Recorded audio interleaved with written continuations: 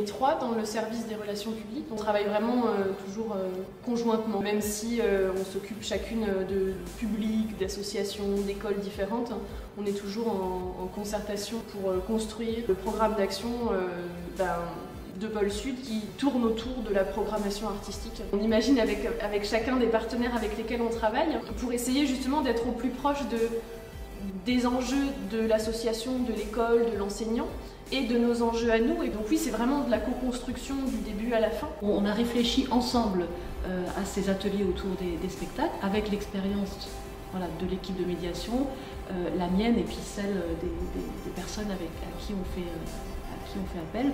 Et donc l'idée, c'est vraiment de créer une passerelle en fait entre un univers dansé, un univers chorégraphique, en l'occurrence celui de la compagnie qui va être accueillie, et le groupe d'enfants qu'on accueille. Et comme passerelle humaine idéale, on s'est dit les danseurs, les chorégraphes eux-mêmes qui sont là et qui vont pouvoir faire vivre ce temps de danse avec les enfants. On est face parfois à des publics qui sont peu habitués à venir dans une salle de spectacle. Et donc là, l'idée, c'est vraiment de les accompagner dans cette démarche, en leur donnant peut-être des clés de lecture du spectacle, en les rendant sensibles, les rendant attentifs à des détails, ou alors à la démarche artistique de l'artiste, à des façons de créer, au mouvement en termes généraux, à la danse, avec un grand D. En novembre et décembre, on avait un sacré programme d'action. Il y en a quelques-unes qui ont dû être annulées, mais on a pu en maintenir quelques-unes qui ont du coup pris des formes complètement différentes. Et là, il a fallu vraiment se réinventer, puisque on a fait des ateliers dans la cour de l'école, dans les salles de classe, où on allait pousser les tables et les chaises, dans les salles de sport, même dans un hall d'une école. Donc ça a vraiment été complètement différent, très particulier. Mais les enseignants ont joué le jeu, les écoles ont joué le jeu, et surtout les artistes.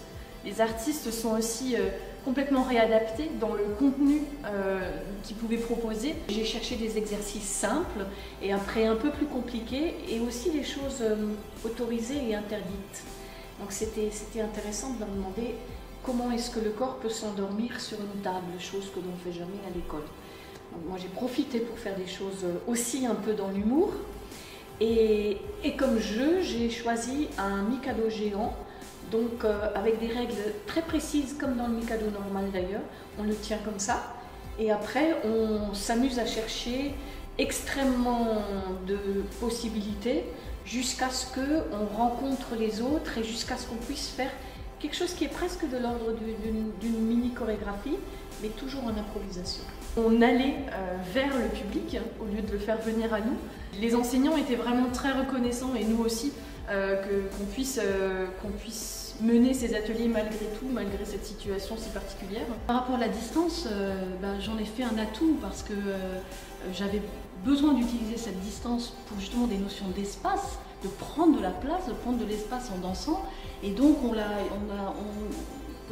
est retombé un peu sur nos pattes en se disant finalement là la distance elle n'allait pas être une contrainte négative mais être une chouette contrainte.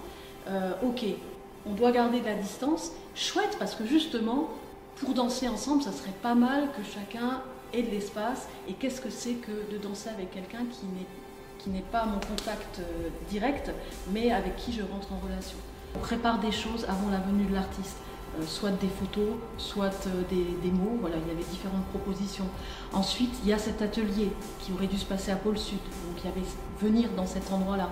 Puis on voit un spectacle, il le voit en vidéo. Donc c'est tout un parcours qui a été chamboulé. Moi je le sais, pour les enfants, voilà, l'expérience finalement elle est modifiée, mais ils n'ont pas forcément la référence de quelque chose d'autre. Pour certains, pas toujours, hein. Il y avait des enseignants aguerris, mais pour certains c'était une première expérience aussi. Et donc ils ont hâte de passer à l'étape, comme nous tous, où à un moment ils viennent au théâtre.